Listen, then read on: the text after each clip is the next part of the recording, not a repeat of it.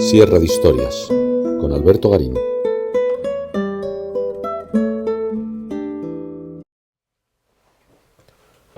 Cuando a comienzos del siglo XV, en la Florencia de los Medici, se pone en marcha lo que con el tiempo hemos denominado Renacimiento, se buscaba la manera de conseguir la representación más realista en el arte, cómo conseguir que las figuras parecieran lo más naturales posibles.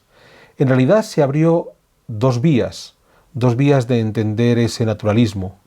Por un lado, la de aquellos que trataban de imitar la realidad copiándola una y otra vez.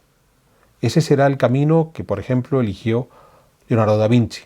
Pero había una segunda vía, la de aquellos que consideraban que había que superar la realidad y ser capaces de hacer una obra de arte que se aproximara al ideal, a algo que no necesariamente tenía que existir en nuestra vida cotidiana, pero que podía ser el ejemplo máximo de cómo sería una figura humana, por ejemplo, en su punto más idealizado.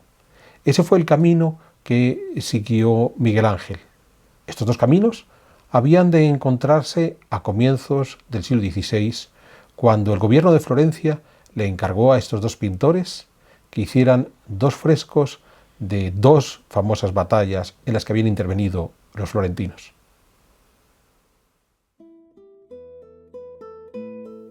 El 23 de mayo de 1498 fue ahorcado el monje dominico Girolamo Savonarola en la plaza de la Signoria de Florencia.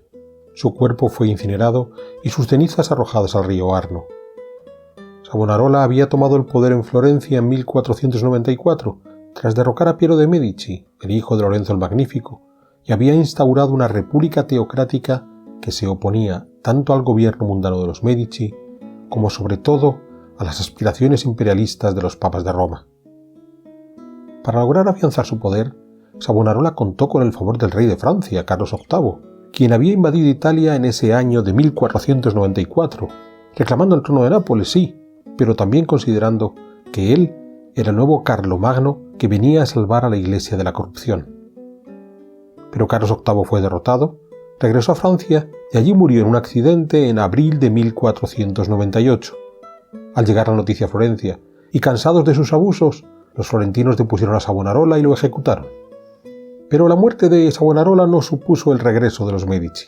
La república quedó en manos del confaloniero Pier Soderini, miembro de una ilustre familia florentina. Había trabajado para los Medici y también había ejercido como embajador en Francia.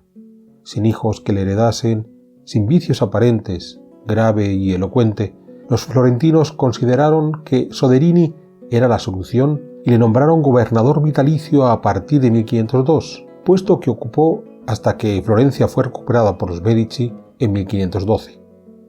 Tras los excesos teocráticos de Savonarola, Soderini decidió recuperar el modelo de la Florencia clásica, que se había puesto de moda un siglo atrás y que ya había sido imitado por toda Italia. Para ello, reunió a los artistas más reconocidos del momento y lanzó un ambicioso programa artístico para cantar las glorias de la República Florentina.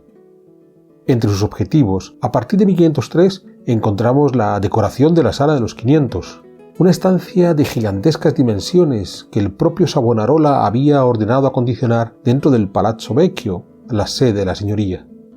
El monje dominico quiso esta gran sala donde reunir a unos 1500 ciudadanos en sesión continua y así evitar que regresara la oligarquía de los Medici.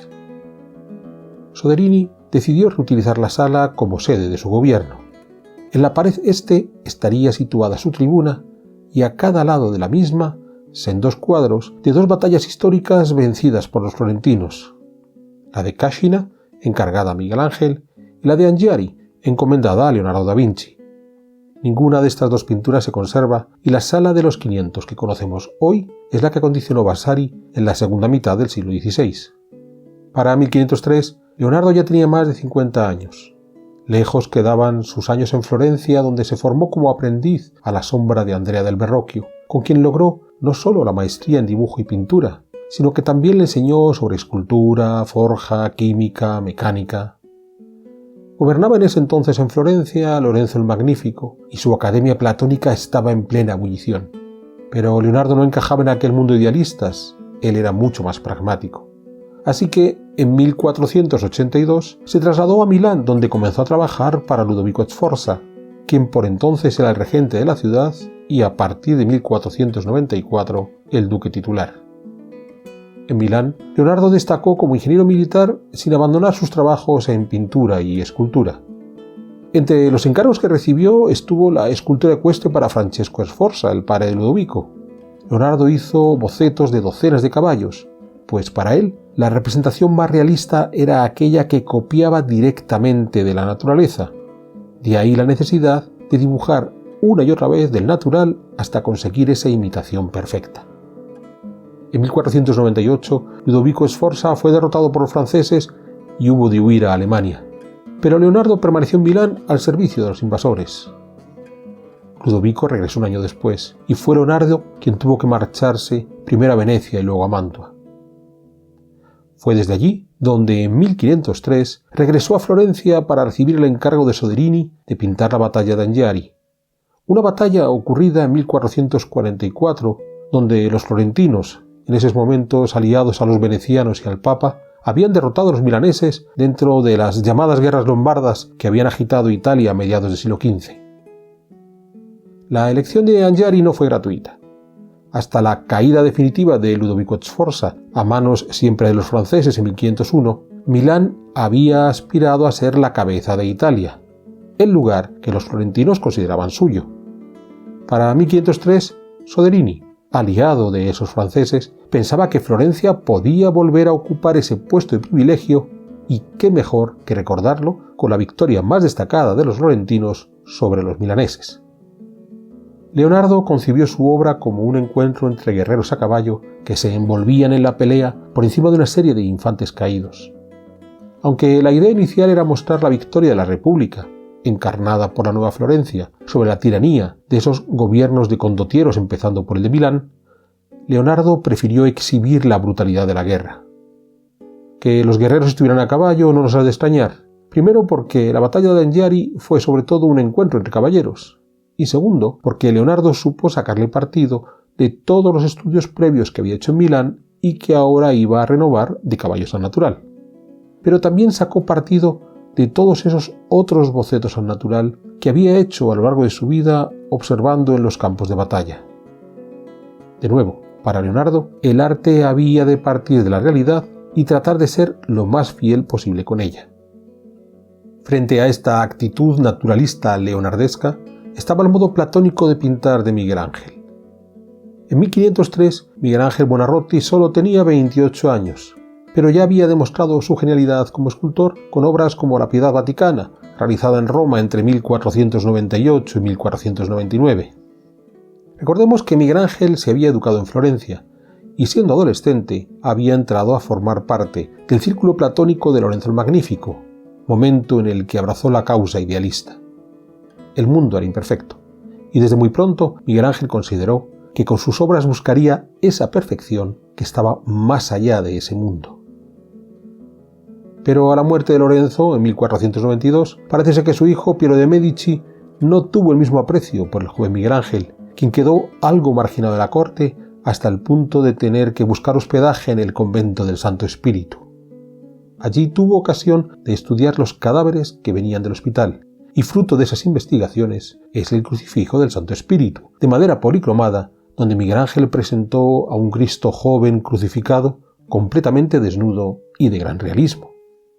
Como vimos antes, Savonarola derrocó a Piero en 1494 y estableció su república teocrática.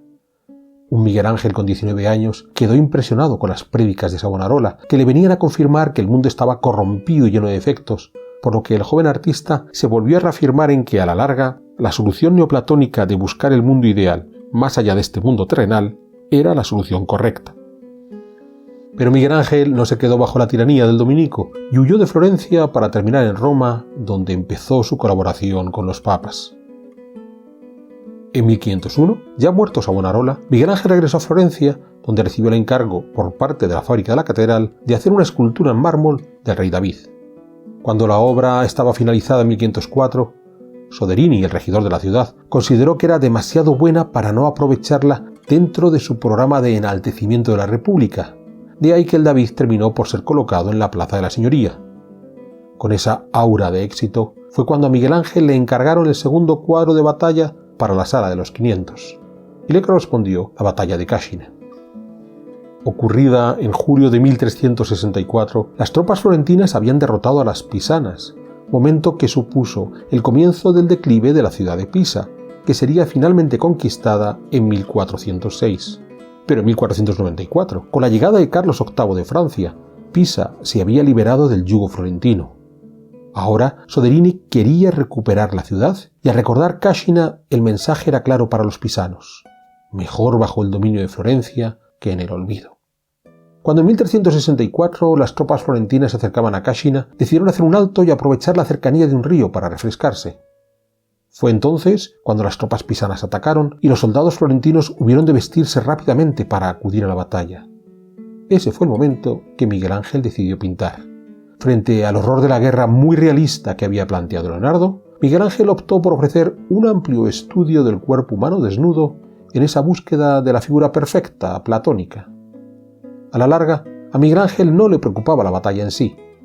Sencillamente, quería aprovechar el magnífico escenario de la Sala de los 500 para mostrar su ideal artístico. No había que imitar la naturaleza, había que superarla.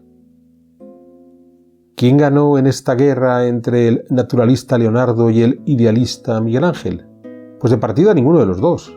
Las investigaciones más recientes indican que Leonardo comenzó a pintar la batalla de Anghiari siguiendo la técnica del encausto, pero falló, una vez más. Y en realidad no fue más allá de unos primeros esbozos. No es que la pintura se perdiera con el transcurso del tiempo, es que nunca se hizo. Por su parte, el trabajo de Miguel Ángel no pasó del nivel de boceto. Antes de dar una sola pincelada en la pared, se había vuelto a Roma, donde le reclamaba el Papa Julio II. De ahí que conocemos ambas batallas a partir de dibujos preparatorios o de copias realizadas por artistas posteriores que pudieron ver los cartones originales, o las copias de los cartones originales, como ocurre con la versión que Rubens dibujó de la batalla de Anghiari.